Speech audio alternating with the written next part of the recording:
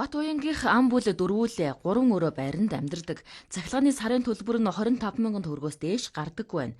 Яг Батбаянгийнх шиг 3 өрөө байранд амьдардаг 4-өөс 5 ам бүлтэй айлын цахилгааны сарын төлбөр хэд гарч байгааг харьцуулан үзье. Батбаянгийн гэр бүл сард 20-оос 30 орчим мянган төгрөг, жилд 300 гаруй мянган төгрөгийг хэмнэж байна.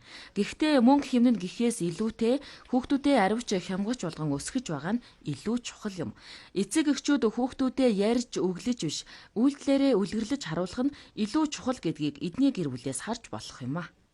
Өөртөө ингээ яг унтраагаад тухайн үед нь хэрэгжилж байгаа юмнуудаа унтраагаад хахаар хүүхдүүд ч гэсэн нөгөө дагаад хөвшээд нэг нь гэлээс хөө гэрл яад унтраагүй ингээл унтраадаг. За ээж аав уцаа гаргасан уу гэж бид хоёрыг хүртэл шалгаал үүдэнд уцаа тавьж байдаг.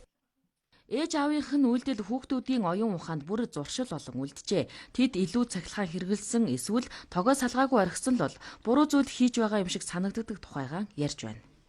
Зургтаа яг унтраах биш яг залгуур нь унтрааж явах хэрэгтэй. Гэлүүдээ байнга унтрааж хөвчих хэрэгтэй. Тэгээд одоо өдөр ингээд гэрэл асаахгүй. Яг өдөр чинь гэрэлтэй байдаг учраас гэрэл зах ямар ч шаардлагагүй байдаг учраас гэрэлээ асаахгүй авах хэрэгтэй. Би өрн хичээлээ хийхдээ бол энэ өрөөнд юм хийхдээ бол өрөөнийхөө том гэрлийг асаадгүй. Зөвхөн энэ гэрлээ асаадаг. Миний хобби болохоор ийм классик тийм хөгжим сонирхдаг. Энэ нь болохоор ямар ч тийм тог цахилгаан хэрэгэлдэггүй болохоор би өөрийгөө тийм цахилгаан хэмнэж гэж өөрийгөө бодож байна. Өөрийн мэдлэгээр тийм тог хэмнэх нь яг зуршилалаа үлдсэн байдаг. Хүүхэд 0-аас 6 нас хүртлээр харж өссөн зүйлээ насан туршийнхаа дадал хэвшил болгон үлдээдэг гэж хүүхдийн сэтгэл зүйч хэлж байна. Тогийг хэмнэх, тогийг хэмнэж байгаа байдлаа хүүхдүүдтэй яг нүдэн дээр нь үлгэрлж үзүүлэх юм бол хүүхэд ийм багаасаа аливаа зүйлд хэмнэлттэй байх шаардлагатай байна гэдэг зөв дадал зуршлыг өөртөө бий болгож чадна.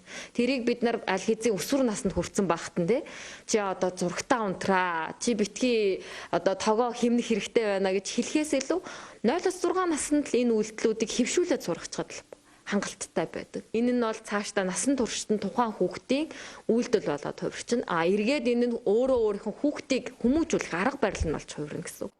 Өнгөрсөн онд манай улсын эрчим хүчний салбар хамгийн өндөр буюу 1308 мегабайтд хүрч ажилласан. Энэ жил 6 хувиар өсжээ. Өдрөөс өдөрт өсөн нэмэгдэж байгаа цахилгаан эрчим хүчний хэрэглээ хязгаартай гэдгийг хүүхдүүдэд багаас нь ойлгуулах чухал гэдгийг Батбаянгийн гэр бүл онцолж байна.